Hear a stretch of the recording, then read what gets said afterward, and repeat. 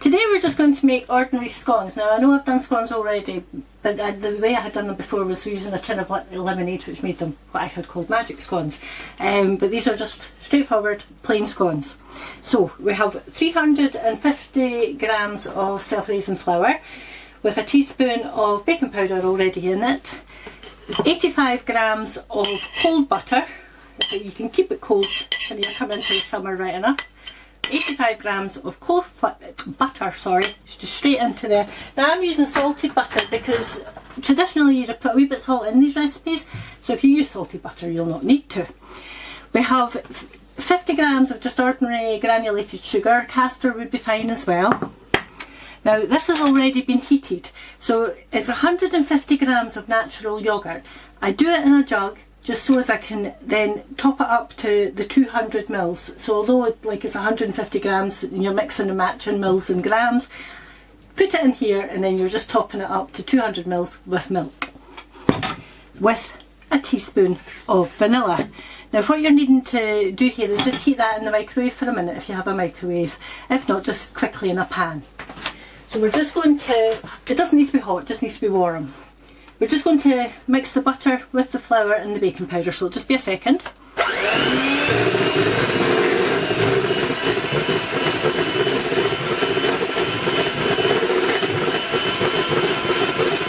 till it resembles breadcrumbs.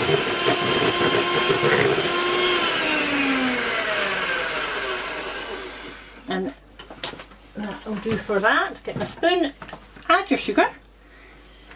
Just give it a quick mix in, just so as you know it's all been mixed in, and then create a well in the middle. Now you're going to put in the gloop. Now don't worry if you've heated it and it looks like it's curdled, it'll make absolutely no difference. So just straight in with the gloop, as I call it. That's a combination of natural yoghurt and full fat milk. Make it full fat milk please. It to the side, and then I'm going to just use a big palette knife and bring it all together. Now you're not needing to over mix this, you're just needing to know that it's all just come together. Won't take long, just a few seconds. Now what I've already done is I've got my oven on at 220 degrees and I have the tray I'm going to put these on in heating. That's centigrade? 220 degrees centigrade, and that must work out about 400 degrees Fahrenheit, gas mark 5. I would ask you to check those ones today. I normally just do a quick double check before I give out the, I always get Kenny to put them up on the wee video. Right, we're just going to pop that to the side a second, and then just with some flour, you're not needing to roll this. You're just bringing it out and just giving it a little bit of a knead. Just oops, a crash bang wallop. Pop that out the road. Just so as you're just bringing it, it's a lovely feel actually because it's so warm. And just bring it together just to smoothen it slightly. It's not like bread, you're not needing to stand doing it for 5 minutes or anything. And then as long as your oven's hot, keep it quite big. You know, you're wanting like big fat scones. If you're like me anyway, you're wanting a big fat scone.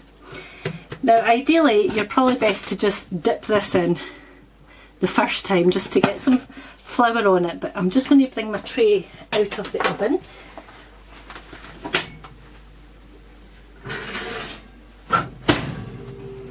Set it there.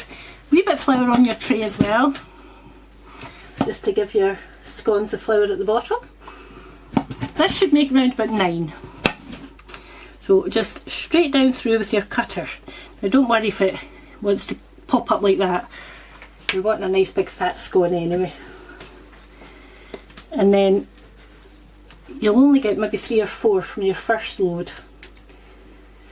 And then just reshape it and get your next lot.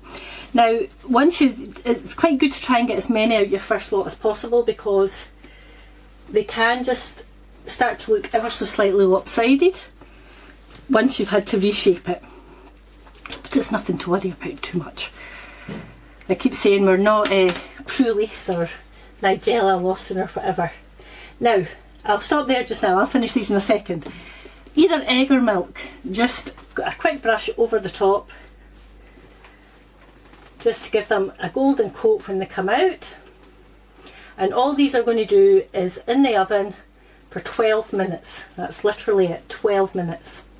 So I'll just finish doing these and then pop them in the oven, and then we'll come back just in a second, take them out and see what like. So be back in a wee minute. Okay, you just come and take them out of the oven. Now, I always say this when you make scones. Scones that you make at home are not always perfect.